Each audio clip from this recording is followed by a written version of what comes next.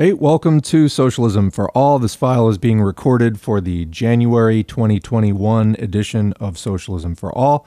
This is an audiobook and discussion of Anuradha Gandhy's Fascism, Fundamentalism, and Patriarchy. It was written by Gandhi in 2001 on the verge of Narendra Modi becoming the Chief Minister of Gujarat. The first publication online was at redspark.nu, April 12, 2017. This edition is from Marxists.org, December 2019. And as usual, thanks to Marxists.org, the Marxist Internet Archive, for offering this file and thousands of others of Marxist texts for free. Now, let's get into the audiobook. Exactly 1 year after the carnage in Gujarat began, the country is still reeling from the horror of the events. Narendra Modi's expected victory in the assembly elections has further strengthened the position of the Hindutva fascist forces not only in Gujarat but also in the country as a whole. Reviewing the strategy of Hindutva forces and the lessons from Gujarat become even more relevant now. Here we are concerned with the impact of the Hindutva fascist forces on women and on the women's movement. The agenda of the Hindu fascist forces is political. Their strategy is the maximum political mobilization of the Hindu masses, and their aim is the establishment of a Hindu Rashtra.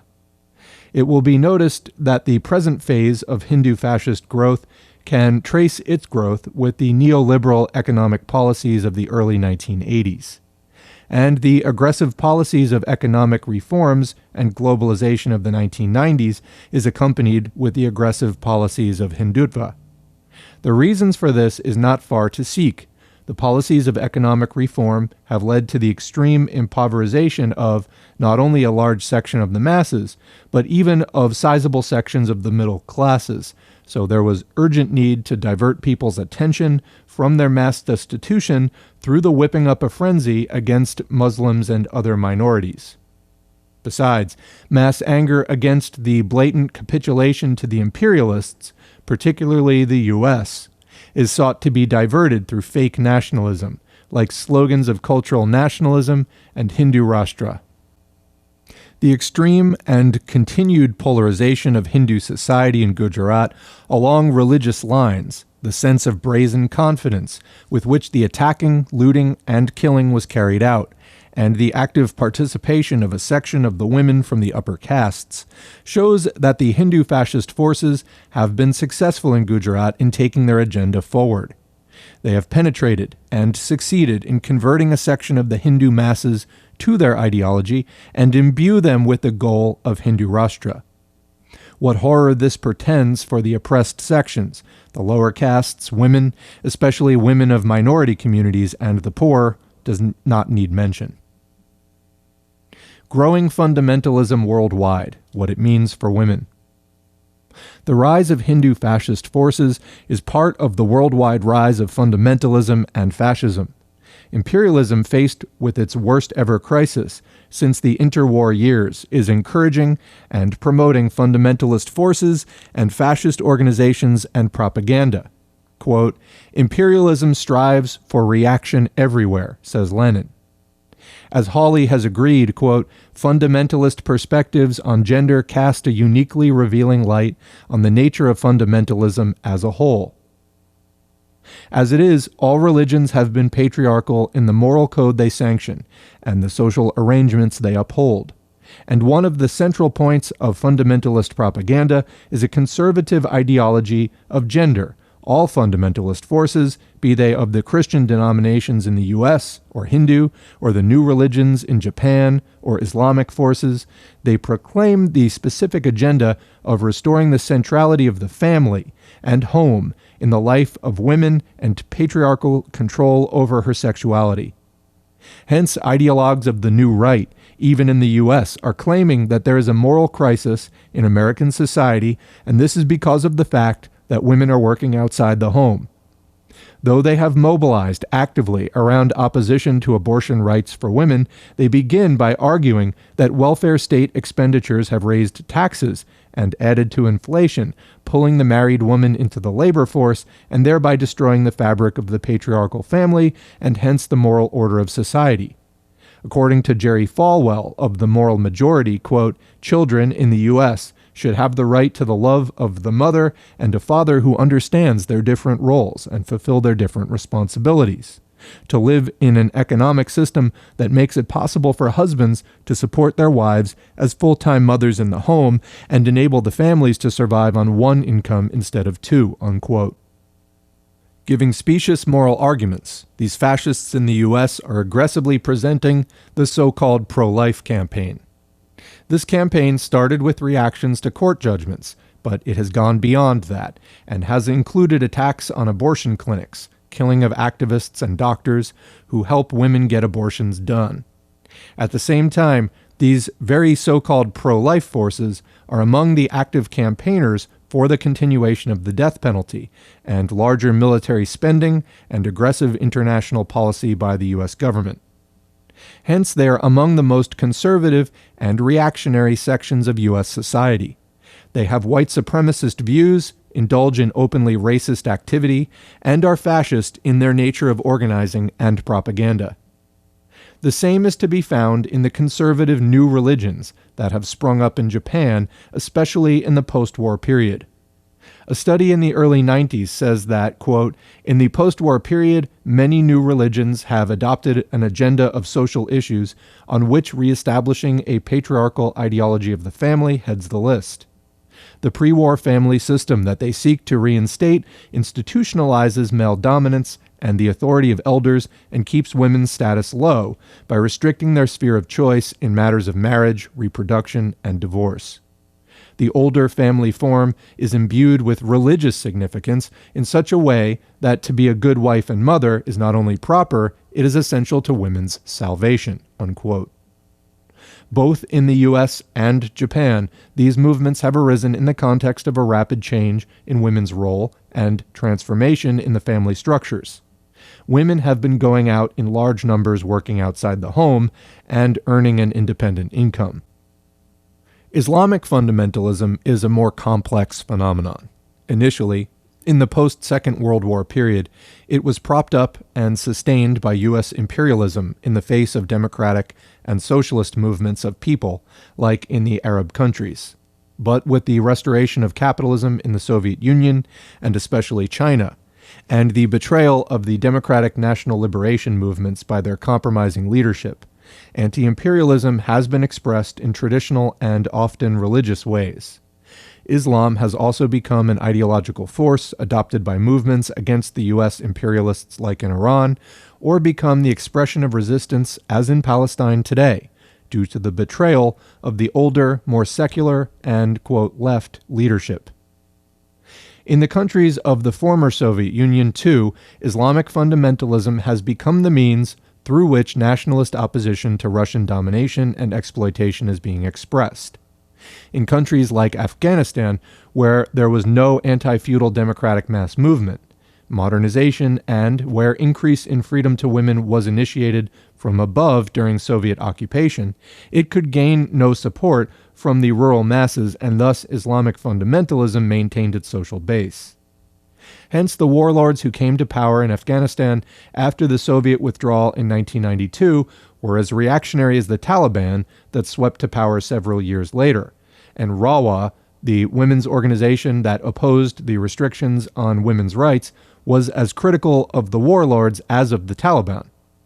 Today, the same warlords are back in power under U.S. protection, but whether they are reactionary regimes like the Saudi monarchy or the more mass movement-based organizations, they have been making control over women's dress, her movements, and manner of her participation in public life an important part of their campaign, and this is what has gained the maximum publicity in the bourgeois and imperialist media, given the campaign being launched by American imperialism against Islam. Given the complex role of fundamentalism in the world today, the political role it plays will determine the manner in which we struggle against it. Religious fundamentalism of all types promotes patriarchy and other backward values, and must therefore be generally countered by all democratic and revolutionary forces. Yet today, fundamentalism has a dual role. First, fundamentalism of the Christians in the US, the Hindutva Brigade of India, etc., is part of the growing fascist policies of the state and ruling classes, and has to be seen and attacked in that context. On the other hand, Muslim fundamentalism today is growing in reaction to the US's aggressive warmongering, and in reaction to the Hindu fascist offensive in the country, and so plays a different political role vis-à-vis the state. So, with respect to the former, it is necessary to attack it thoroughly on all fronts, while regarding the latter, there is need to see its anti-US and anti-Hindutva role, while at the same time exposing its retrograde patriarchal and feudal thinking. The Indian context. In the Indian context, it is clear that, at present, the foremost enemy of women are the Hindutva forces. Hindutva breeds on the festering, stagnant pool of feudal values that continue to thrive in this backward, semi-feudal, semi-colonial system. The casteist, patriarchal, and other feudal values already prevalent in this system acts as dry hay for the Hindu fascist fire, and the upper caste elite form natural allies for these venomous political vampires. Besides, due to the general backward thinking and a weak democratic movement, other castes and classes also tend to fall prey to the aggressive and wide-scale propaganda of the Hindutva forces. During Rup Kunwar's Sati immolation in 1987, which some commentators consider as a dress rehearsal for the demolition of the Babri Masjid, the Hindutva forces publicly revealed their patriarchal biases and attitudes. The event took place in a well-off village, Deorala, about 50 kilometers from Jaipur in Rajasthan, but it snowballed into an all-India issue, with the various organizations of the Hindutva forces coming out stridently in support of the practice of sati. While the progressive women's organizations organized a morcha in opposition to the sati and demanding the arrest of the culprits, supporters, mostly Rajputs, led by the Hindutva Brigade, took out a militant morcha of almost 30,000 in the state capital. The BJP leader, Vijayaraj Scindia, came out openly in support of sati as, quote, our cultural heritage, and argued that it is the fundamental right of a Hindu widow if she so desires. In their argument, if a widow voluntarily decides to immolate herself on her husband's funeral pyre, then there is no reason to oppose it. The woman is seen only in relation to her husband, her independent existence does not count. By attaining sat, inner truth, a woman decides to immolate herself with her husband, and she thus acquires a power that will protect her husband in his journey beyond. Thus the sati, the one who acquires this power, is the model of devotion to her husband, the true pativrata, whose bond with her husband cannot be broken even with death, and she carries on to protect him after death. The conservative trading families from Rajasthan have funded and built innumerable sati temples in Rajasthan and elsewhere promoting this backward patriarchal ideology. Though their support for sati now is no longer so crude, they still uphold and glorify religious customs which uphold the same ideology and role for women. The Hindutva forces have picked up the demand for a uniform civil code and thereby communalized yet another issue of women's rights. These very forces had opposed the reforms in the Hindu customary law pertaining to women's rights in property and marriage in the 1950s. But in the 1990s, they have demanded the introduction of the Uniform Civil Code so that Muslims can no longer be governed by their personal law. Their demand has nothing to do with the rights of women, whether Hindu or Muslim. It is only one more stick with which to beat the Muslim community. Their anti-human, patriarchal attitude came forth in Gujarat in its crudest and most violent forms, with the gang rapes and molestation of women in various districts, and the vulgar propaganda on rape distributed widely in various places. All fact-finding teams have recorded testimonies of women who were either victims of rapes or witnesses to the rape of friends and relatives. And this must be understood in the context of the full significance of how this fascist mentality looks at women, When backward ideology sanctions and advocates the total subordination of women to men, then women become the symbols and carriers of social honor of the community, often even of the embodiments and the sovereignty of the state. Women for them are the representatives of the community and the transmitters and repositories of the culture of the community and its values. They are the means through which the community is reproduced and continued. They are using women to pursue their political ends, both when they are mobilizing them and when they are sexually attacking minority women. It is important to remember that these Hindutva forces, whether they be of the Sangh Parivar, the RSS, the Bajrang Dal, the BJP, or whether they are within other political formations like the Congress, they share the same reactionary attitude to women. Even in most cases, rape is an affirmation that the woman is an object of pleasure and an assertion of the power of man over her. But when rapes take place in the political context, as in Gujarat, as part of collective attacks, the act is organized aggression. It becomes a spectacular ritual, a ritual of victory, the defilement of the autonomous symbol of honor of the enemy community. This has been stated earlier, but needs to be emphasized, especially when we see that the vulgar propaganda leaflets issued by the Sangh Parivar were explicitly sexual.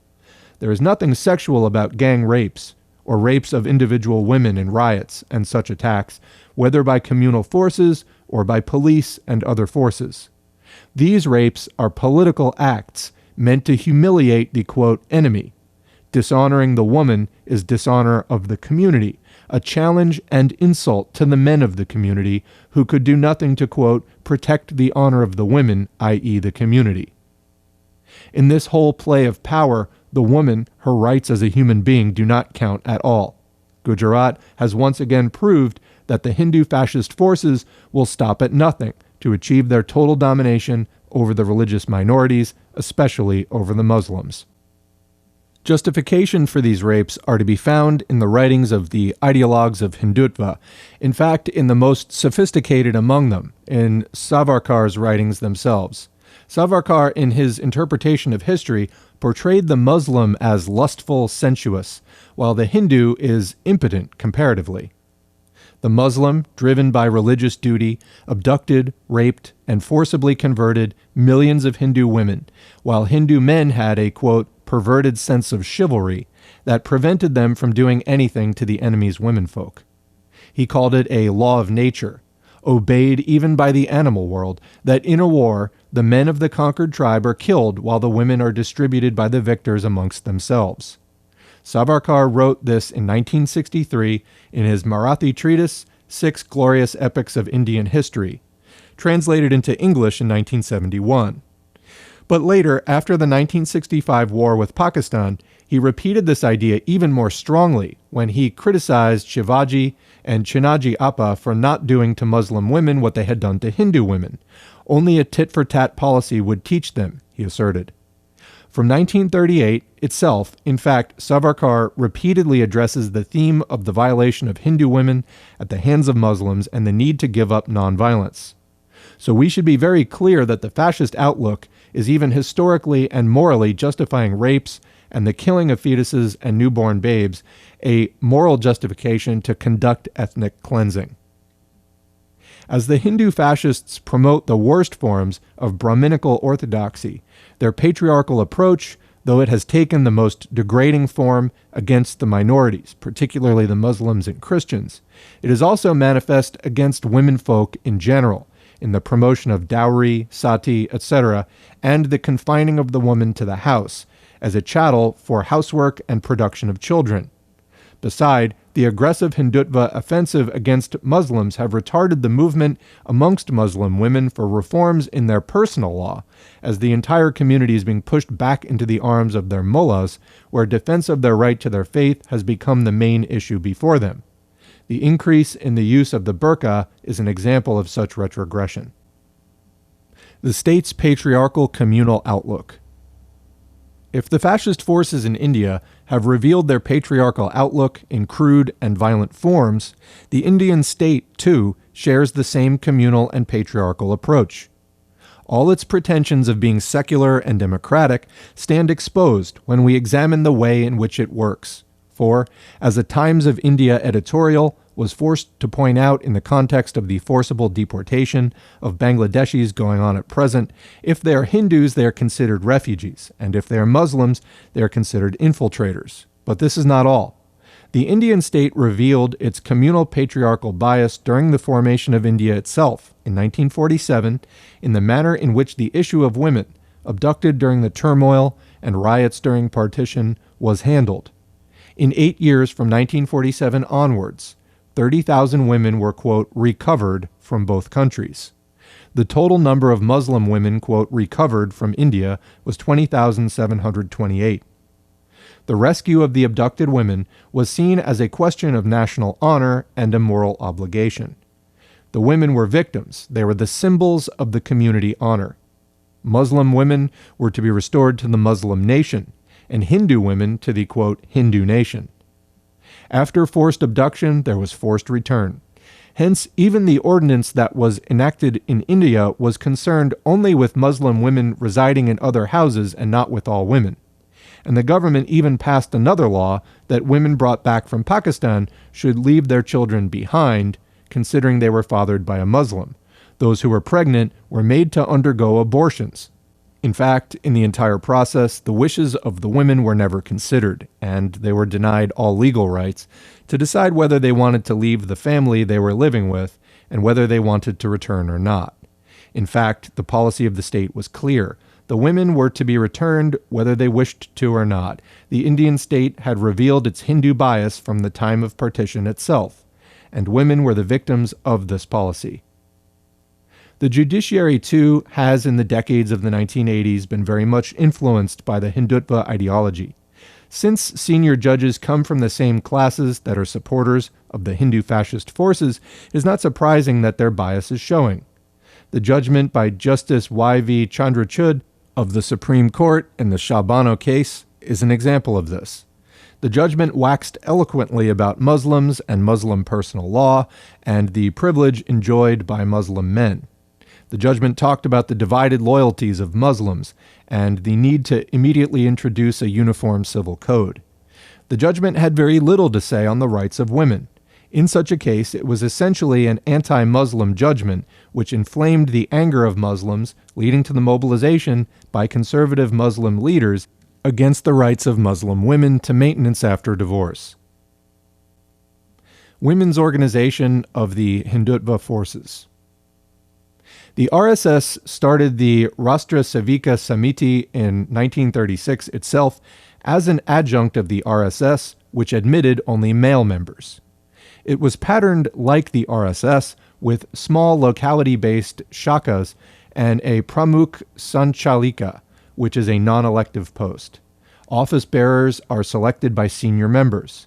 The shakas were centers for intense ideological training for the women without having to leave their locality and their caste class environment. They were taught the RSS version of Indian history, about culture and tradition, and were given physical training. But the Rashtriya Swayamsevak Samiti was restricted in its class and caste base.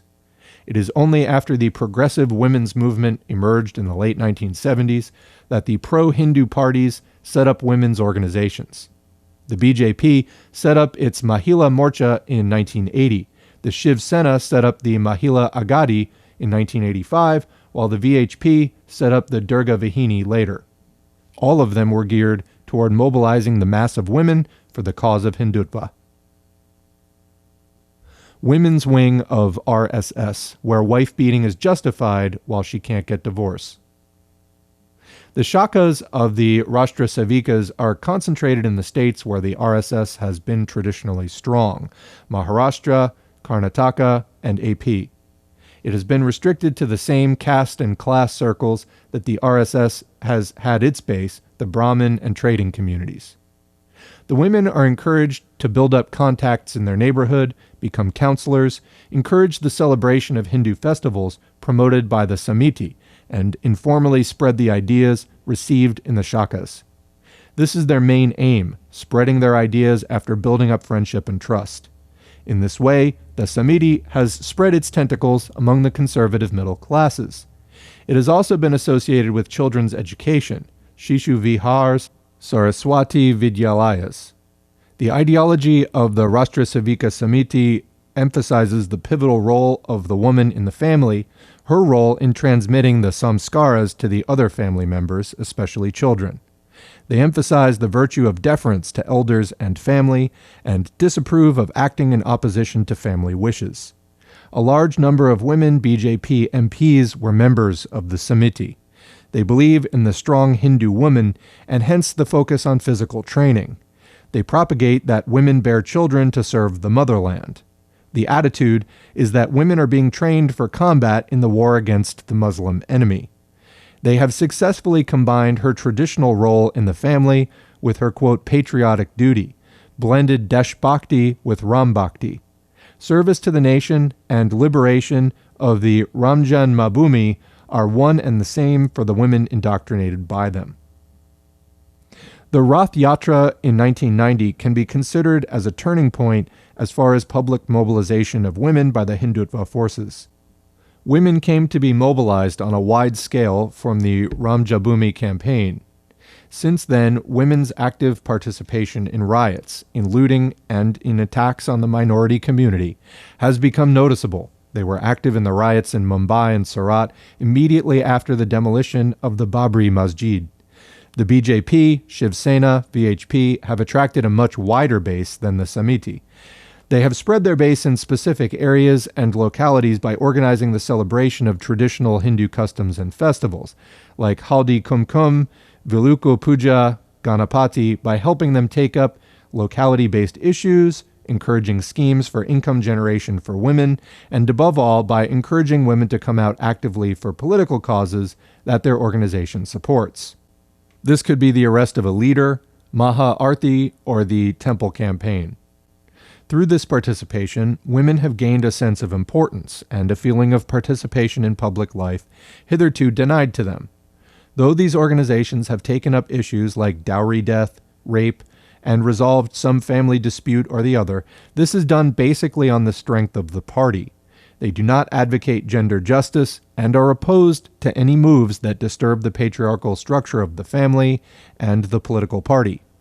Ideological indoctrination, whether through TV serials like Ramayana or through Shibirs, training camps, uphold patriarchal authoritarian values, especially with reference to the family.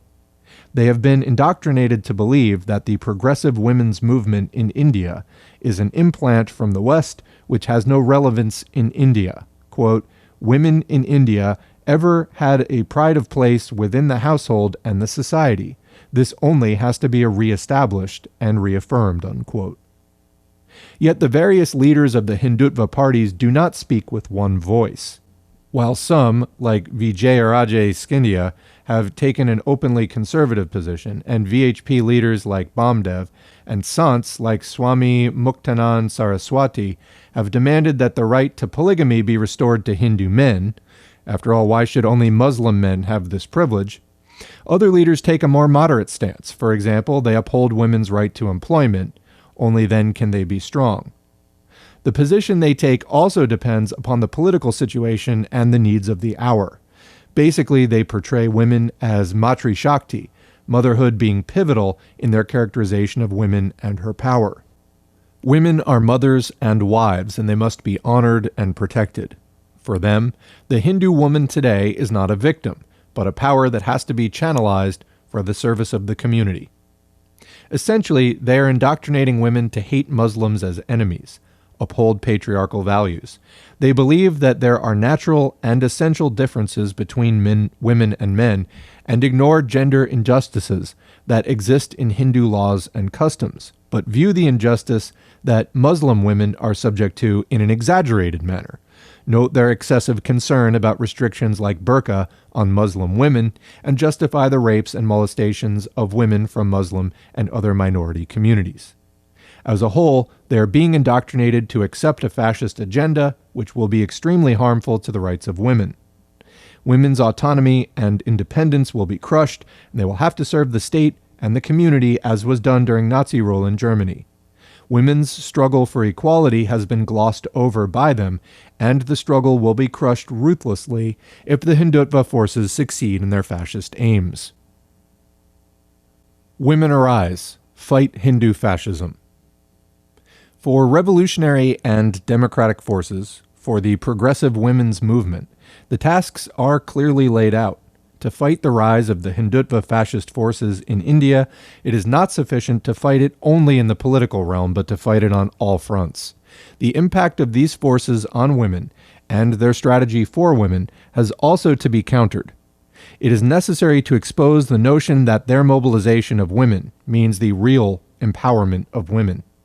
We have to bring to light that in spite of their rhetoric of the strong woman and Shakti, in spite of their projection of aggressive women leaders like Uma Bharati and Sadhavis like Ritambara, their basic conception of women's role is patriarchal. We have to expose that their very activation of women is based on distorted and totally false history, and a systematic whipping up of hatred for a besieged minority community. The paramilitary training being given to women by the Durga Vahinis and Savika Samitis is not for self-protection or for the liberation of the masses from oppression and exploitation, but to attack the Muslim and other communities. We need also to expose the fact that they have the support of the rightist forces in the U.S. and elsewhere, since they share not only common economic interests, but also a common vision of society and women's place in society. And we need to expose that these forces have gained support because Indian society has not been through a democratic revolution which would have swept away the feudal relations and culture, not only as far as the economic aspects are concerned, but also in social life. Hence, this struggle encompasses the economic, political, and social spheres. It must include propaganda, education among the mass of women, and cannot be restricted only to middle-class women. Hence, in the present context today, an important aspect in the struggle against patriarchy is mobilizing the vast masses of women, not merely against fundamentalism in general, but more particularly against the Hindu fascist forces.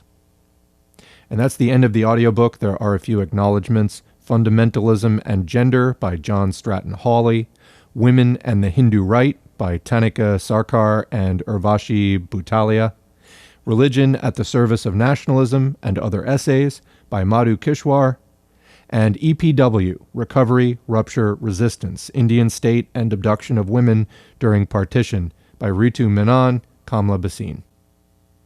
So with the acknowledgments out of the way, I'd like to go over some notes and names of people and organizations that may be unfamiliar. So first of all, Anuradha Gandhi herself, I'm just going to read the Marxists.org bio, lived from 1954 to 2008.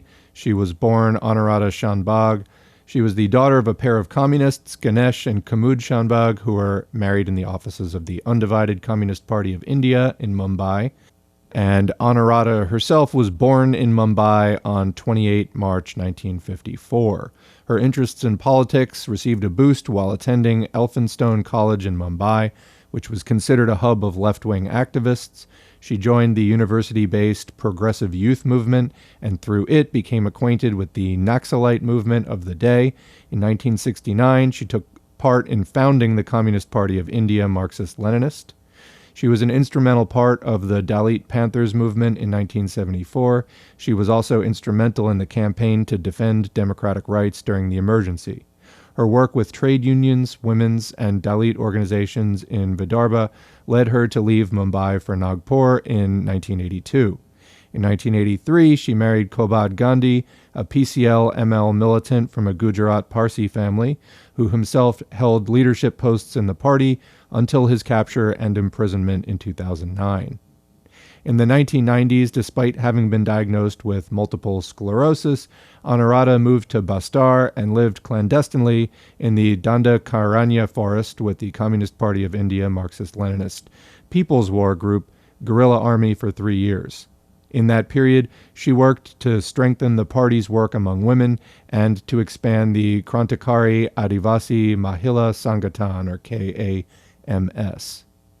In the 2000s, she directed the party's work among women and was part of the Vidarbha Regional Committee and of the Maharashtra State Committee.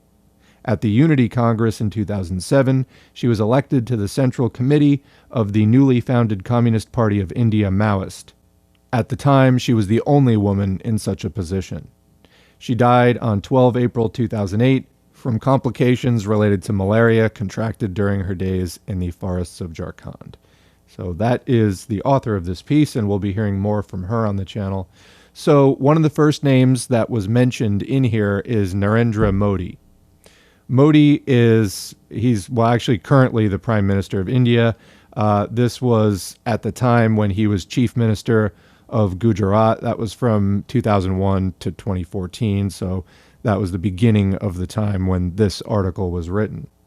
He became political in the 1970s when he joined the RSS, which is a right-wing Hindu nationalist group. It's the Rashtriya Swayamsevak Sangh, and it was through his affiliation with this group that he got placed into the BJP in 1985. He held a number of offices within the party until he became General Secretary in 2001. Again, that was the time of this article. So the BJP and the RSS are names that you see a lot within Hindu nationalist literature. So the topic of this article, Hindutva, it's the predominant form of Hindu nationalism in India. It was first coined in 1892 and later popularized by Savarkar, who she mentioned in the article. That would be Vinayak Damodar Savarkar. It's an intensely conservative movement, Hindutva. People split hairs over whether it's fascist or not, but fascism is a coalition. There's always, it's far-right extremism, but there's always like a spectrum within a fascist coalition. It's never like just one group. You get, different people attracted to it for slightly different reasons. We'll just call it fascist. So these are the people who rule India right now. They have an ugly history, as documented in this article, over the past few decades of, undermining any kind of feminist liberation, certainly, and just, workers' liberation more generally. We saw earlier this year massive general strikes across India involving some 250 million workers, many of whom are organized under a socialist or communist banner. We love to see that. This is the first article, I believe, that I have done related to India. If this is something you're familiar with out there in the audience, please do leave a comment and suggest further resources. I have a few things that I have pulled and I'm planning to put up on the channel, but it seems to me like if India went communist, this would be basically just the beginning of the end for capitalism, because between China and India, then you have, like a third of the world population would be, would have broken away from, global capitalism and just would be getting out of that system.